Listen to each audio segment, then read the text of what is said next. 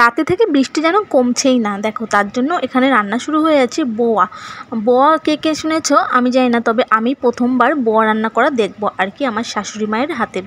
তো বোয়া আমি রান্না করাটা কোনোদিন দেখিনি, আমি ভেবেছি এটা হয়তো খিচুড়ি হবে, আর খিচুড়ির মতনই টেস্ট হয়েছিল কিন্তু একটু আলাদা হয়েছিল টেস্টটা। তার জন্য দেখো এখানে নিয়েছি শুকনো লঙ্কা, তেজপাতা, পেঁয়াজ, আর নিয়েছে কাঁচা লঙ্কা, আর নিয়েছে বাটা মশলা। বাটা মশলার মধ্যে ছিল আদা বাটা আর ছিল রসুন বাটা।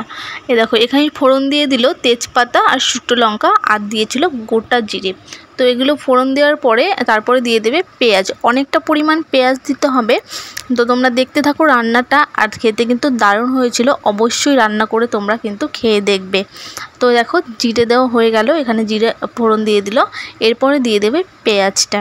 পেঁয়াজটা কিন্তু দিয়ে একটু লাল লাল করে ভেজে নিতে হবে। যখন লাল লাল করে ভাজা হয়ে যাবে তারপরে দিতে হবে রসুনটা। আগে রসুনটা দিতে হবে, রসুনটার যেহেতু কাঁচা গন্ধ লাগে তার জন্য রসুনটা দিয়ে একটু ভাজতে হবে। তারপরে দিতে হবে আদাটা। তো আদা রসুন দিয়ে দেখো সুন্দর করে কষাতে হবে। আর যখন আমরা রান্না করব ভেবেছিলাম আর কি, প্ল্যান করেছিলাম, তখন কিন্তু অঝোর জোরে বৃষ্টি হচ্ছিল। কিন্তু যেই আমাদের প্ল্যানিং শেষ, সব আয়োজন করাও শেষ আর কি, কাটা বাটা সব হয়ে গেছে, তখন কিন্তু একদম রোদ্দুর উঠে পড়েছিল। তো আমরা ভেবেছিলাম হয়তো এই কড়া রোদ্দুরের মধ্যে আমাদের তারপরে এই বোয়াটা খেতে হবে আর কি। বৃষ্টির টাইমে খিচুড়ি বা বোয়া ভুনা খিচুড়ি এইসব খেতে বেশি মানে ভালো লাগে আর কি। তো তারপরে দেখি রোদ উঠে গেল, আর হঠাৎ করেই না যেই আমাদের রান্না বান্না সব শেষ হয়ে গেল, যেই টাইমটা আমরা খাবো ঠিক সেই সময়টায় বৃষ্টি চলে আসলো। দারুণ একটা ব্যাপার ছিল কিন্তু।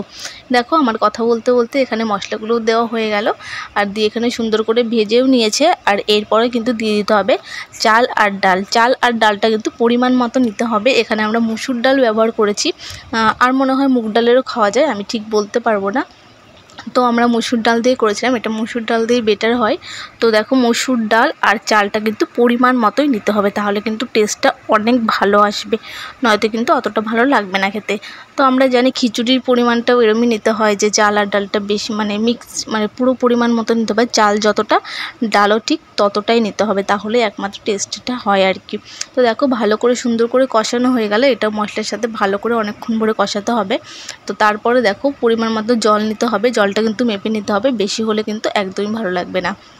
তো পরিমাণ মতন জল দিয়ে এবার চালগুলো এটার মধ্যে দিয়ে ফুটে নিলেই হয়ে যাবে। এরপরে দেখো আমাদের খিচুড়ির সাথে খাওয়ার প্ল্যান ছিল এখানে আলুর চপ। তো আলুর চপের জন্য এখানে দেখো সব কিছু রেডি করে নেওয়া হয়েছিল।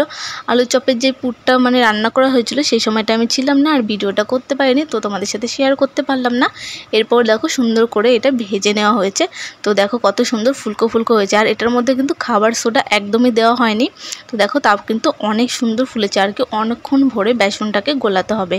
তো তারপরে দেখো আমাদেরকে এখানে বড়া রান্না হয়ে গেছে, আর সাথে দেখো এখানে ছিল শিউলি ফুল পাতার বড়া, আর ছিল আলুর চপ। ভিডিওটা কেমন লাগলো জানি, চলো টাটা বাই।